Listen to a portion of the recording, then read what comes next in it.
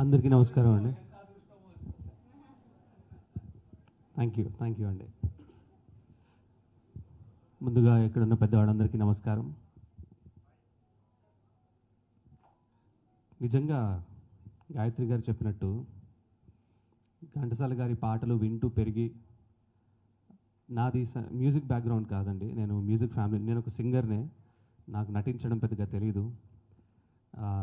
నేను ఎక్కువ సమయం తీసుకోను, చాలా క్లుప్తంగా చెప్తాను. మా రామారావు గారు పట్టుపట్టారు. అసలు నాకు వద్దండి,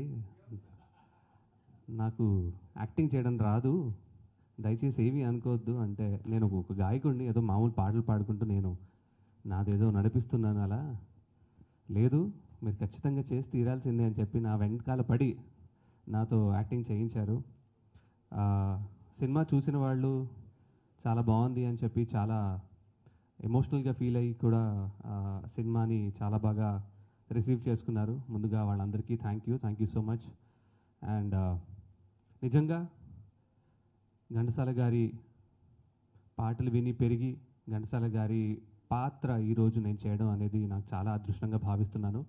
దానికి ముందుగా నేను ఆ భగవంతుడిని, అలాగే మా తల్లిదండ్రుల్ని, అలాగే మా గురువులందరికీ కూడా మనస్ఫూర్తిగా ధన్యవాదాలు తెలియజేస్తున్నాను.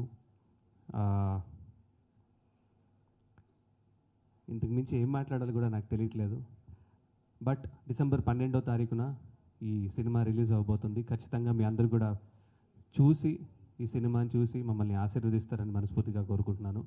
అండ్ మరొకసారి మా రామారావు గారికి మనస్ఫూర్తిగా ధన్యవాదాలు. And also at the same time చాలామంది ఇందులో నటించడం జరిగింది. మా భారవి గారు, సార్ గారు అందరూ, అంటే నేను చాలా చిన్నవాడినైనా కూడా చాలా ఆప్యాయంగా నన్ను చూసుకొని సినిమా షూటింగ్లో అందరం చాలా మంచి టైం స్పెండ్ చేసి అలా సరదాగా జరుపుకున్న రోజులు చాలా ఉన్నాయి. ఇంకో అదృష్టం ఏంటి అంటే,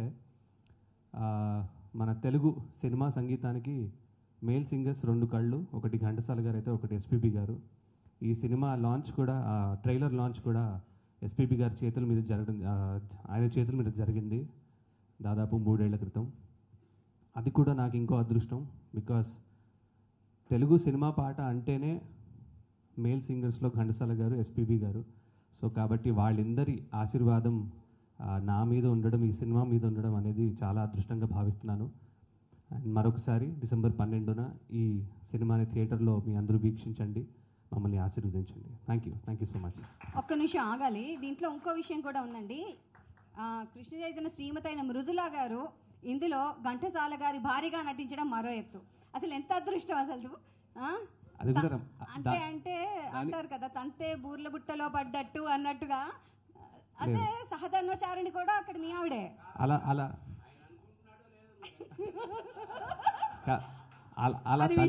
కాదు కదా, అలా తల్లింది మా రామారావు గారే, అలా తల్లింది ఆయనే. సో కాబట్టి బట్ ఎనీవేస్ అఫ్కోర్స్ మృదులా చేయడం కూడా చాలా హ్యాపీ. అండ్ రామారావు గారు అంటే ఆయన ఒక ప్యాకేజ్ లాగా చూసేశారు ఆల్రెడీ మా ఇద్దరిని. అవన్నీ సెట్ చేసుకొని నా దగ్గరికి వచ్చి మాట్లాడారు. తను ఏదో మీ వృత్తిలోనే ఉంది కాబట్టి వేరే పనిలో అలా బిజీగా ఉంది, అనుకోకుండా తను ముందే వేరే వర్క్ ఒప్పుకుంది, అందుకని రాలేదు. కంగ్రాచులేషన్స్ చెప్పండి. తప్పకుండా. All the best. Thank you so much. Thank you అండి. అండ్